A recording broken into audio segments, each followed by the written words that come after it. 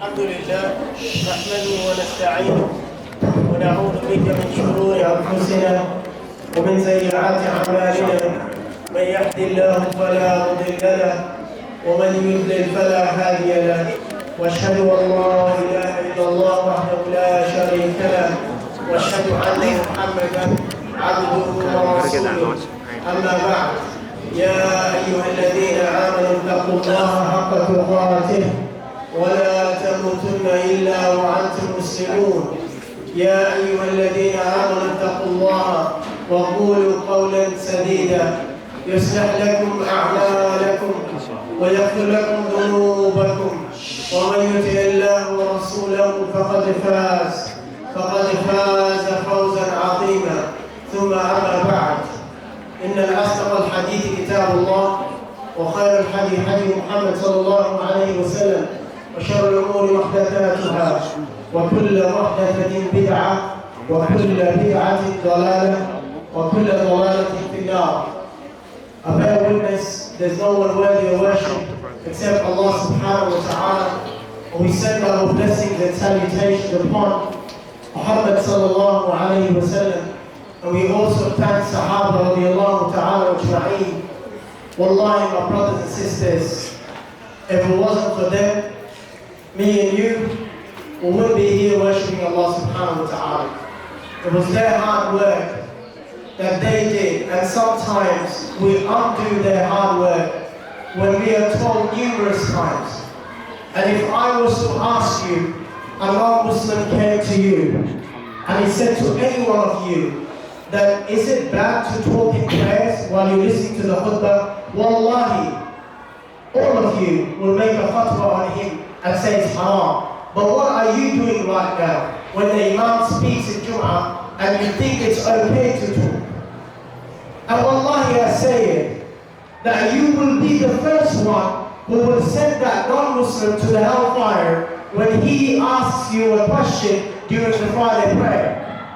But when it's your own self, you are too complacent and you conveniently forget what the ruling of speaking in Friday prayer is. And we want to change our state. And we want to talk about bigger problems. But today, I want to talk about something which has been happening around the world. And we as Muslims, we should not be complacent. We should be speaking about the problems that are around the world. Remember, if you speak about someone else's problem, when you're in problem, people will speak about you. So today I wrote little things down, and I want to speak about this. And something that will enlighten what's happening around the world, what happens when people are not speaking and they're only in their own bubble and they only worry about themselves.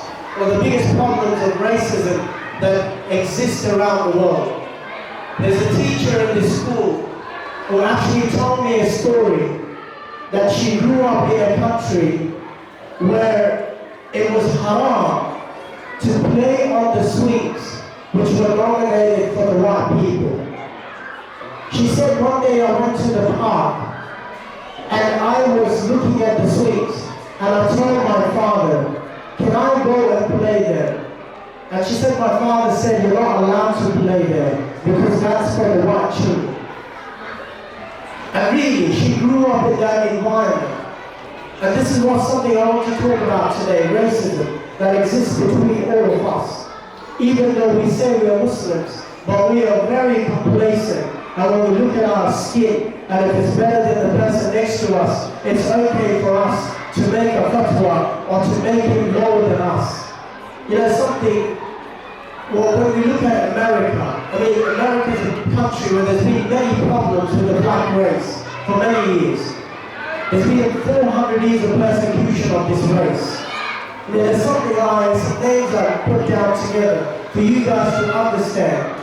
From the shooting of Tamil Rice, who was a 12-year-old kid, who just went to the recreation center.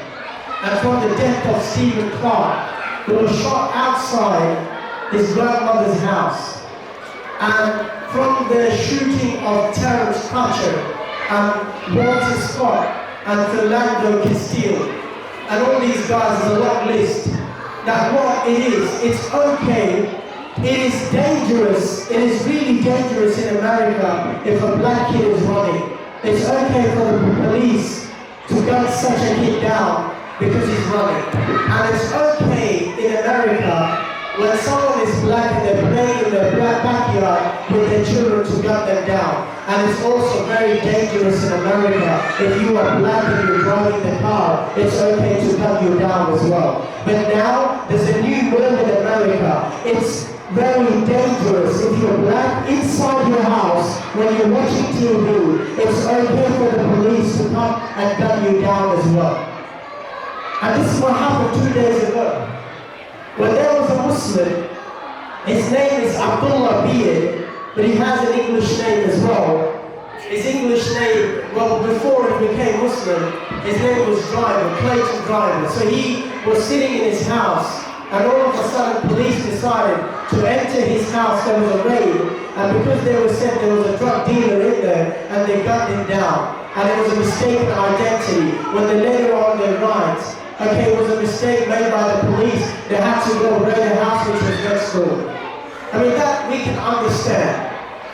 But what would you say to a police officer, when they come inside the house and they say in their own, when they give their witness to the police, they will say, I was going into my own house, and when I entered the house, I thought there was an intruder on my couch, and I just shot them.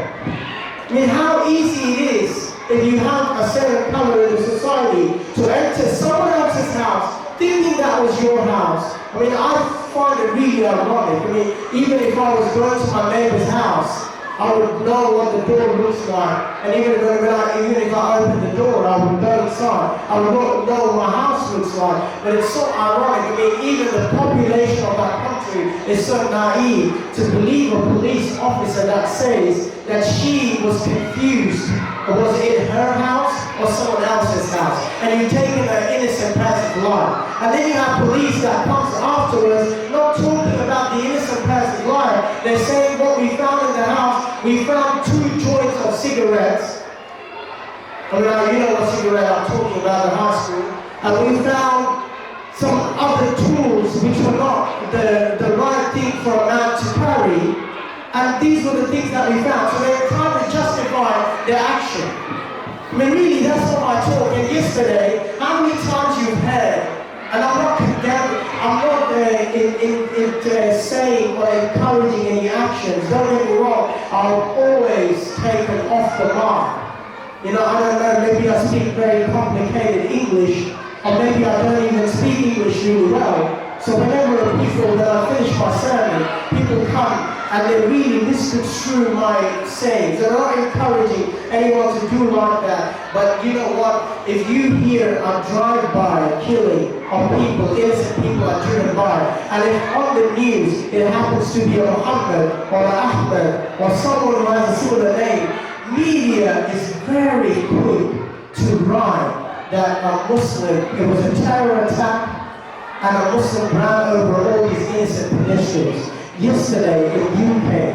in North London, when people were coming out of the masjid, this is 12 a.m. in the morning. And some of you guys know that yesterday was Ashura, and for some of you today is Ashura. It's a very blessed day for the Muslims. And so they went to listen to the talk. A white man was driving the car. Conveniently, he did not see 100 people. Conveniently, he ran over them. And conveniently for the police officers to say it was an Islamophobic attack, but they're also testing the driver. Maybe he was under the influence of drugs. But that is so convenient.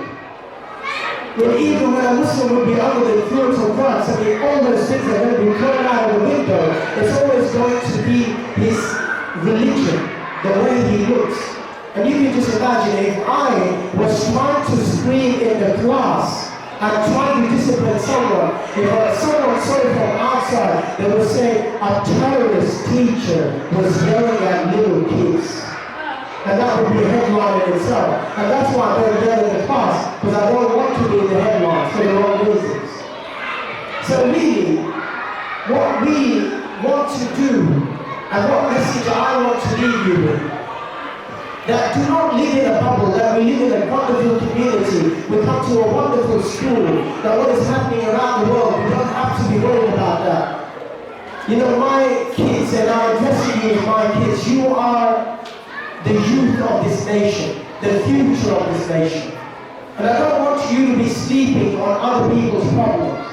So when anyone in the street, no matter who he is, even if it's a white person, or a black person, or a purple person, or orange, or whatever color he is from, if he is in trouble, you stand up for him. You talk about his rights.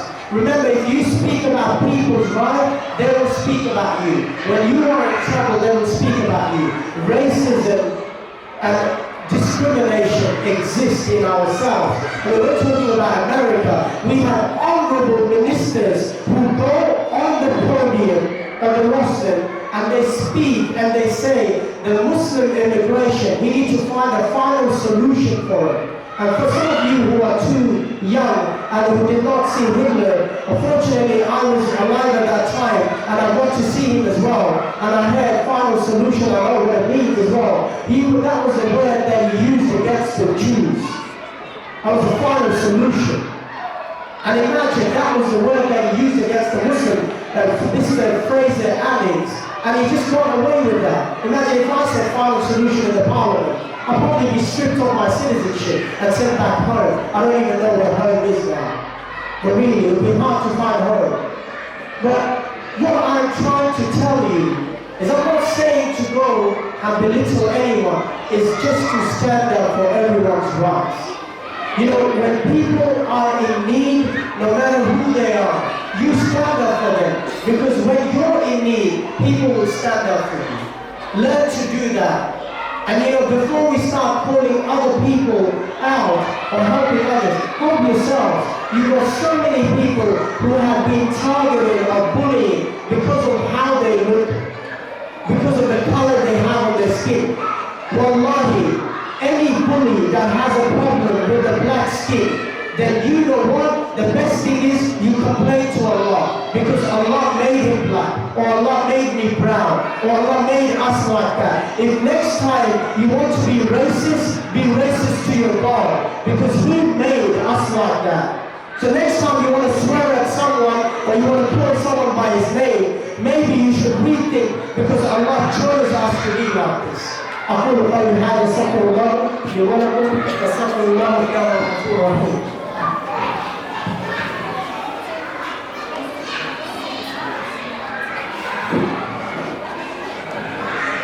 اللهم صل وسلم على نبينا محمد وعلى آله وصحبه أجمعين برحمتك يا أرحم الراحمين. And really, there's much I can say, a lot can be said today about the problems that are existing in this world.